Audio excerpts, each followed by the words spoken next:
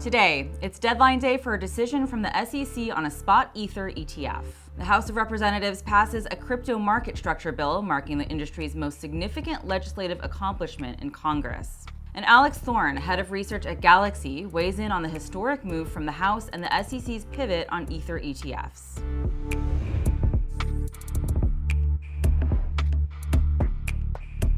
Welcome to CNBC's Crypto World. I'm Tanea McKeel. Major cryptocurrencies mixed this morning ahead of an expected decision from the SEC on spot Ether ETFs today. Bitcoin fell nearly 3.5% to $68,000. Ether climbed more than 1%, and Solana, meantime, dropped nearly 5% to $172. Okay, let's talk about the two big stories we're watching today. The first ever crypto regulation bill passed in the House of Representatives yesterday, despite opposition from SEC Chairman Gary Gensler. While there was a strong showing from House Democrats who voted yes for the Financial Innovation and Technology for the 21st Century Act, the Biden administration put out a policy statement yesterday saying it opposes the legislation. Notably, though, the president did not say he'd veto the bill outright, a signal that he'd likely sign it if it makes it through Capitol Hill. Congressman Patrick McHenry, who is the chairman of the Financial Services Committee, joined CNBC's Squawk Box this morning to discuss the House's passage of the crypto bill. This should serve as a wake-up call. We had 2/3 of the House of Representatives vote in favor of clarity for crypto.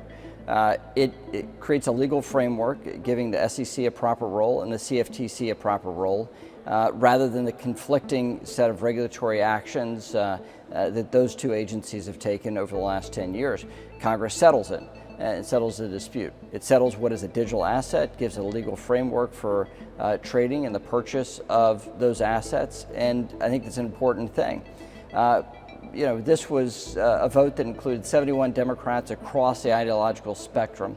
That should be the wake-up call to the Senate. That should be the wake-up call to the administration, and in sound policy. So that's the message today, and the outcome of that vote yesterday is that the Senate needs to take action so we have legal clarity and so we can catch up to the rest of the world and be competitive in the world of digital assets. Coinbase CEO Brian Armstrong took to X to react to the passage, saying the development is a, quote, resounding win in the House for clear crypto rules, and that sensible regulation of crypto just took a big step forward. The other big story we're watching is the impending decision from the SEC on spot Ether ETFs. Today is the deadline for the SEC to answer VanEck's application for an exchange-traded product that would track the price of Ether directly. And while the SEC finally approved spot Bitcoin ETFs at the start of this year, most experts thought the approval of an Ether-linked product was a long shot, but that all changed this week. A few days ago, we got reports that the agency might be changing its tune and was working with applicants on polishing their proposals, although the agency declined to comment to CNBC about individual filings.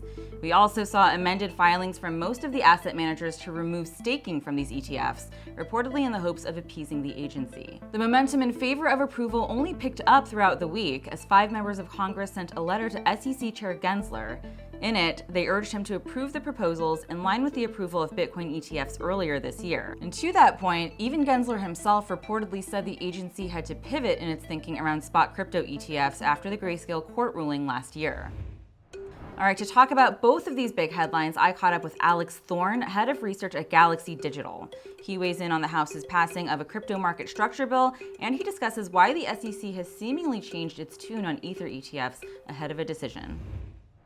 So it's been a big week news-wise for crypto, and it seems like there is this shift in the political tide for crypto. Aside from the ETH ETFs, that seems to really be the big story for the week. And I am wondering if you can just catch me up to start on what has changed and where we are now. Yeah, hey, Tanai, thanks for having me. I think it is a big week. There is a shift that has clearly occurred. I think actually the Ethereum ETF story may be part of that bigger political shift that's happening.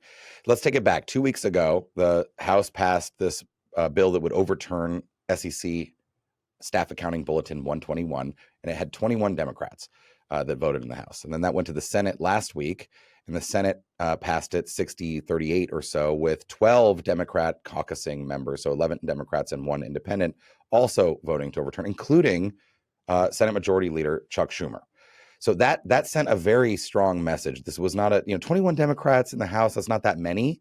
But with the majority leader and 12 Democrats voting in the Senate, in the face of what was an explicit White House veto threat, that sent a pretty strong message. And I would say it's interesting too, because that SAB 121 thing is a relatively arcane accounting thing that caused banks problems with custodying crypto. What we're seeing now with this new bill that passed the House Fit 21, which we'll talk about, I know, much more sweeping, consequential thing. But so you had those votes in the face of the White House veto threat. So some defections from the Democratic side voting for this pro-crypto legislation. You also had former President Donald Trump explicitly saying, if you like crypto, you should vote Trump. Now his campaign is accepting cryptocurrency donations and again, explicitly calling out Senator Elizabeth Warren and saying that she may have been raising a, quote, anti-crypto army. Well, we're raising a crypto army. So it's become a political issue at the presidential race now. And you also had a Harris poll that was commissioned by the Blockchain Association and Digital Currency Group also 2 weeks ago that showed 20% of voters in swing states consider cryptocurrency to be a significant issue in the election. You've got several large crypto PACs that are pouring money into a lot of these elections. And then, of course, abruptly now you had, I think it was abrupt, you have the Ethereum ETFs apparently about to perhaps launch, and after months of radio silence. So it seems like a lot of things sort of happening at once. Now 71 Democrats now voting for this Fit 21 bill. That's a significant defection. The White House didn't threaten to veto that. So it seems like the political strategy from the Democratic leadership is changing. And that has, I think, all of the cryptocurrency world feeling more politically engaged and effective than really ever before.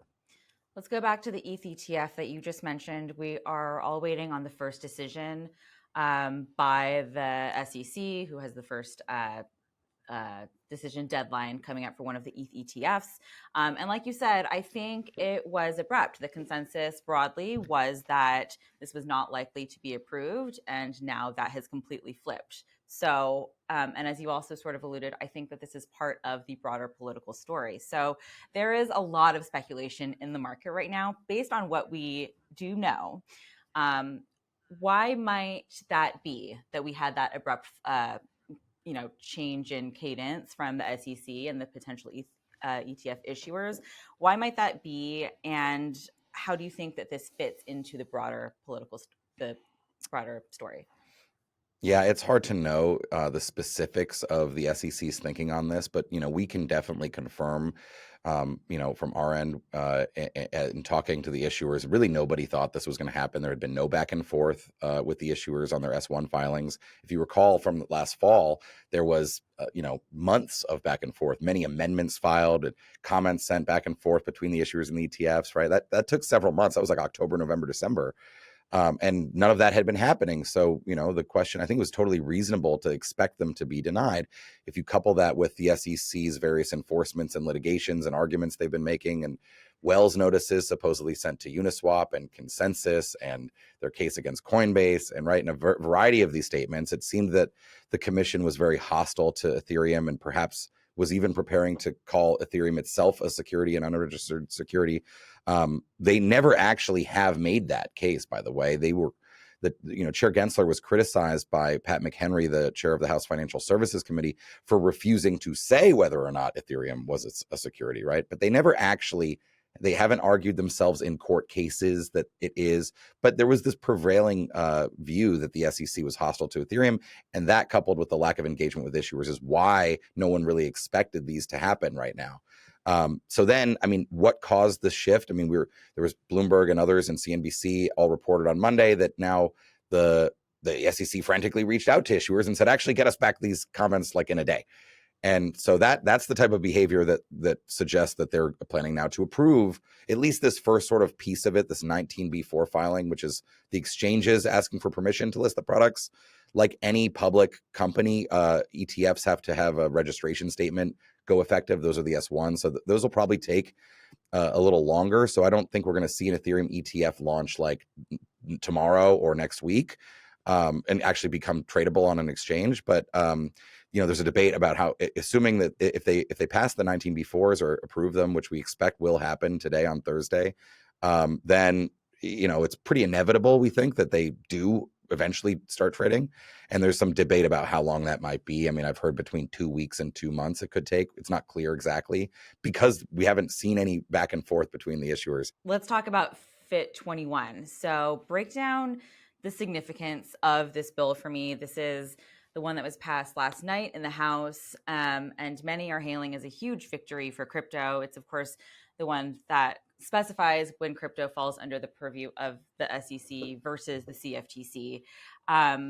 So explain the significance for me, and then talk about next steps and where do we go from here. This is a significant win. When and how does the industry advance from last night? Yeah, the Fit 21 Act is a very powerful and consequential piece of legislation. It frankly is a sweeping overhaul and reform of how crypto is regulated. Crypto capital markets particularly are regulated in the US, and it provides significant clarity on a number of issues. It is a very long bill with a lot of stuff in it. I think ranging from rules for token issuers on disclosures and investors on disclosures, rules for brokers and exchanges on safety and commingling of assets, and a whole bunch of stuff. And when as an issuer or exchange type business, you would be regulated by the SEC or the CFTC, whereas now it's like, to be honest, neither are really regulating as much, right? I mean, it's most crypto exchanges operate with money transmission licenses, and the SEC currently says that they're all national securities exchanges because almost all cryptos are crypto asset securities, according to the SEC. This bill would very much clear that out and explain when it is a security, when it's not a commodity. That's clarity that we should have in this country.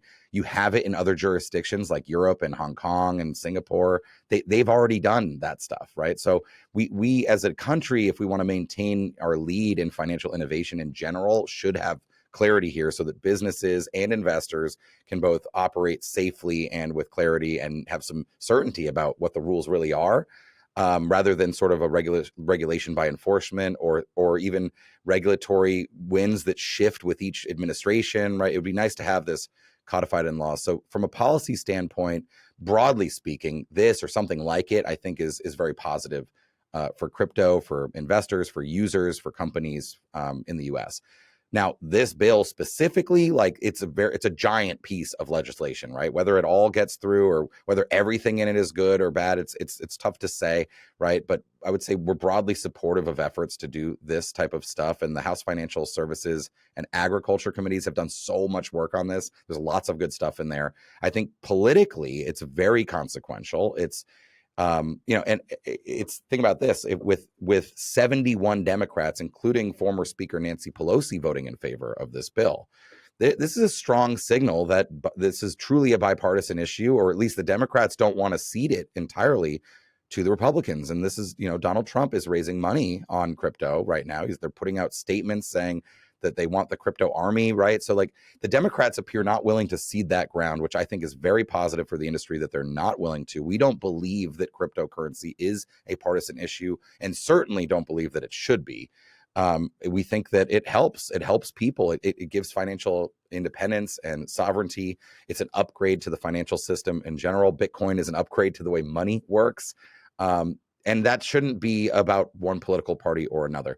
Now, whether it's going to pass into law is a much more difficult question. I think the Senate is unlikely to take this bill up at all. I think instead what you'll see, if there is action that happens this year, is efforts that have already been worked on in the Senate, such as the Lummis-Gillibrand proposals, will sort of be rekindled. And they're similar. It's the same types of ideas, right? And then maybe the Senate would pass something that they have put their own touch on, and then there's a giant reconciliation process. I'd be surprised if we actually see that happen this year. You have to recall that Congress is about to go on vacation for a lot of the summer. And when they get back, it's going to be the height of campaign season, right? And there's really not that much time left in the legislative calendar.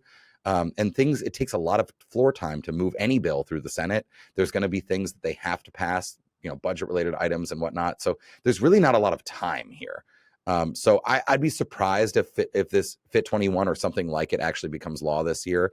But I would say, like I said, the politics of this are what is most interesting. It does portend a sweeping change in, I think, Democratic leadership approach to this industry. Okay, that's all for Crypto World today. We'll be back again tomorrow, and we'll see you then.